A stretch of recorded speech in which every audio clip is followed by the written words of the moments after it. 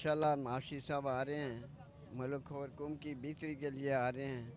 पाकिस्तान को जो इससे 5-4 साल दौर में इंतहाई नीचे दर्जे पर ले गए हैं, मियाँ साहब पाकिस्तान को दोबारा उजागर करेंगे और पाकिस्तान इंशाल्लाह हमारा फिर मैशियत अच्छी होगी, गरीब लोगों के लिए अच्छा हमारा रोज़गार भी होगा और ये रोज़गार जो मुल्क को तबाही के दाने पर पहुंचाया गया है, इंशाल्लाह दोबारा इसको अच्छी आला सतह पर लाया जाएगा।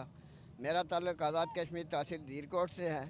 संगम 18 मेरे गांव का नाम है। मंजूर हुसैन खान मंजूर अब्बासी है। मैं मुस्लिम लीग नून का कारकुन हूँ और मैं ज़ाती तौर पर मियाँ नवाज शरीफ साहब और उनके ख़ानदान को जानता हूँ। ये एक इन्होंने चोर डाकू का नारा लगाकर मुल्क को भी बदनाम किया और हमारी लीडरशिप को भी बदनाम किया। ये वो नौजवान लोग हैं जो फिरतू गुर्तू हैं। असल जिन लोगों ने पाकिस्तान बनाया, जिनको पाकिस्तान की कदर है, वो ये बयानियाँ ये नारा नहीं लगाते हैं डाकू चोर का। संजीदा लोगों का काम नहीं है नारा लगाना। ये ऐसे लोग हैं जो फिरतू गुर्तू लोग हैं जो ऐसा नारा लगाकर मियाँ साहब को बदनाम करने की कोशिश कर रहे हैं और यहाँ ये लोग आए भी इसीलिए हैं। तो बाबा जी हमें आप ये बताएं कि मुल्क का आइंदा वज़ीर आज़म कौन बनना चाहेगा, मियां नवाज शरीफ या शहबाज शरीफ बनेंगे?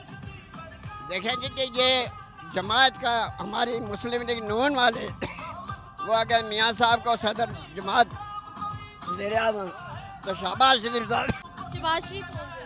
जी जी। तो क्या मरियम नवाज चाहती हैं कि मैं वज़ीर आज़म बनूं पाकिस्तान की आइंदा?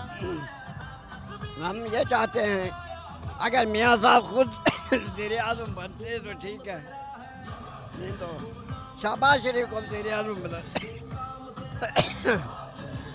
जी थैंक यू जी।